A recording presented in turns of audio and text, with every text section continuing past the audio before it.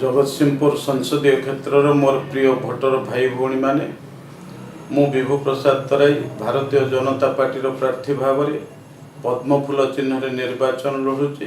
नरेंद्र मोदी नेतृत्व में अमित शाह नेतृत्व में केंद्र मंत्री धर्मेंद्र प्रधान नेतृत्व में एक स्पष्ट होती केंद्र में वर्तमान भारतीय जनता पार्टी सरकार निश्चित भाव में गठन करिवो। राज्य में भारतीय जनता पार्टी सरकार गठन होबो।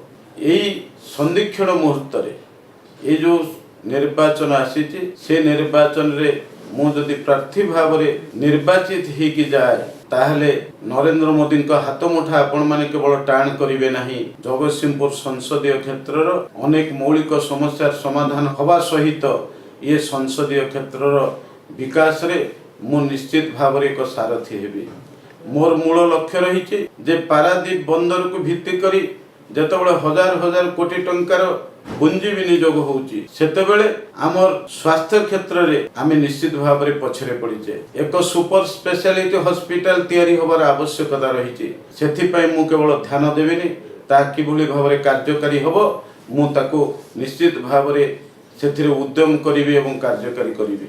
द्वितीय कथा होउची जे वर्तमान अनेक बृहत शिल्प प्रतिष्ठा हैला बेले मध्यम शिल्प प्रतिष्ठा हैला बेले बेकारी समस्या समाधान ये संसदीय क्षेत्र बेकार युवक युवती मानक पई ही पारि नाही। तेणु ये शिल्पानुष्ठान गुड़िक आमर किभली भाव में बेकार युवक युवती माने सेठी नियुक्तिर सुजोग पाइबे सेथिरे मु निश्चित अग्रगामी भूमिका ने।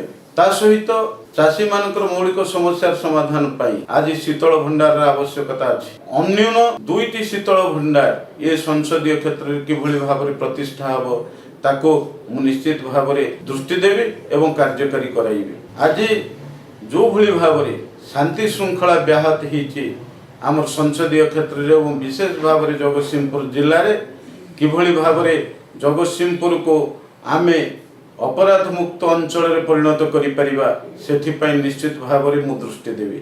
ता सहित तीर्तोल जो स्पिनिंग मिल आज बंद होकर पड़ी रही तार पुनरुद्धार करने मु निश्चित भाव में उद्यम करी।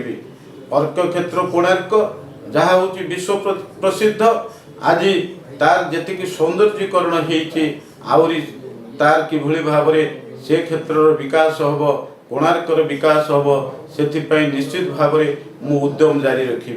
आज प्रधानमंत्री नरेंद्र मोदी नेतृत्व में पेट्रोकेमिकल्स कॉम्प्लेक्स 2 लाख कोटी टंकार आज जो भली भाव में शिल्प प्रतिष्ठा होगापाई केंद्र सरकार आभिमुख्य रही से मु जड़े सांसद भाव में जदि निर्वाचित हो जाए ताहले केंद्र सरकार पाखे केवल दाबी करेंगे नहीं किभली प्रतिष्ठा हम से निश्चित भाव में उद्यम करी। तेणु ये अनेक मौलिक समस्या जो समाधान हो पारि नहीं तार समाधान क्षेत्र में मु अग्रगामी भूमिका नेबी एवं आपण मानक पाखरे केवल प्रतिश्रुति दौ नहीं मु आगुरु जड़े परीक्षित व्यक्ति।